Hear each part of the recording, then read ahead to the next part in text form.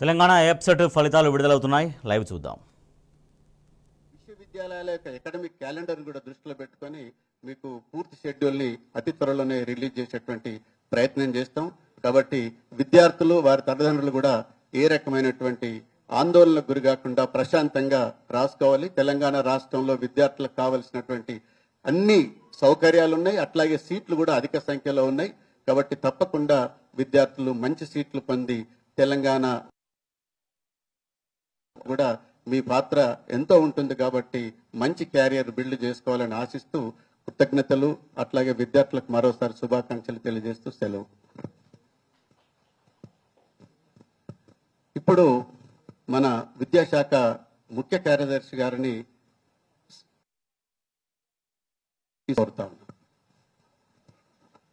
గవర్నర్లు, ఉన్నత విద్యా మండలి చైర్మన్ ప్రొఫెసర్ లింబాద్రి గారు, అట్లాగే పెద్దలు జేఎన్టీ వీసీ కట్టా నరసింహారెడ్డి గారు, council chairperson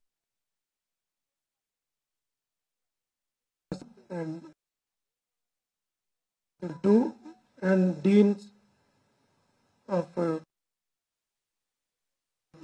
convener dean Kumar గారు, విజయ్ కుమార్ రెడ్డి గారు, అందరికీ పత్రికా మిత్రులందరికీ కూడా నమస్కారం. ఇది ఫస్ట్ ఎప్సెట్, ఇంతకుముందు అంతా ఎంసెట్ అనేవాళ్ళం. This is first time we're calling EAPCET because medical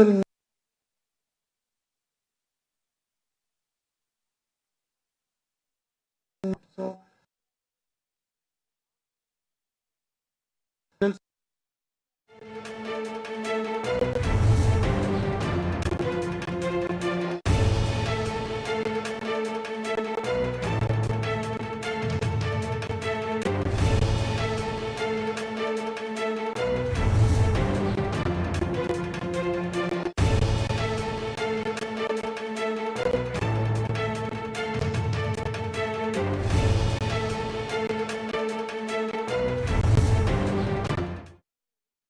agriculture, pharmacy.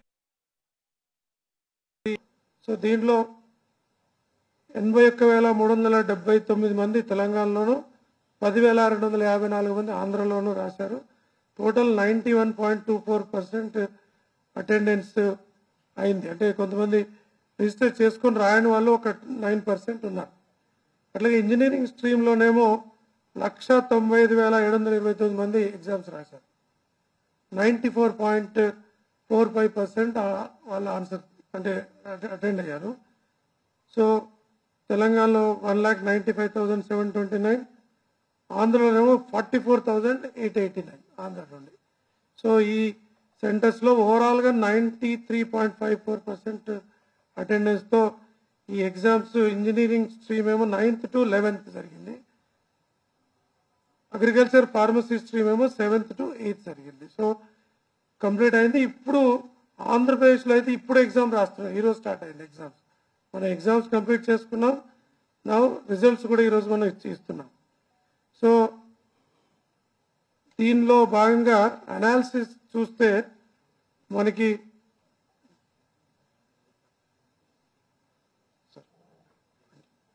Okay, ఇప్పుడు రిజల్ట్స్ చేసిన తర్వాత దీని అనాలిసిస్, టాపర్స్ ఎవరున్నారో I will announce. First will release the CDs.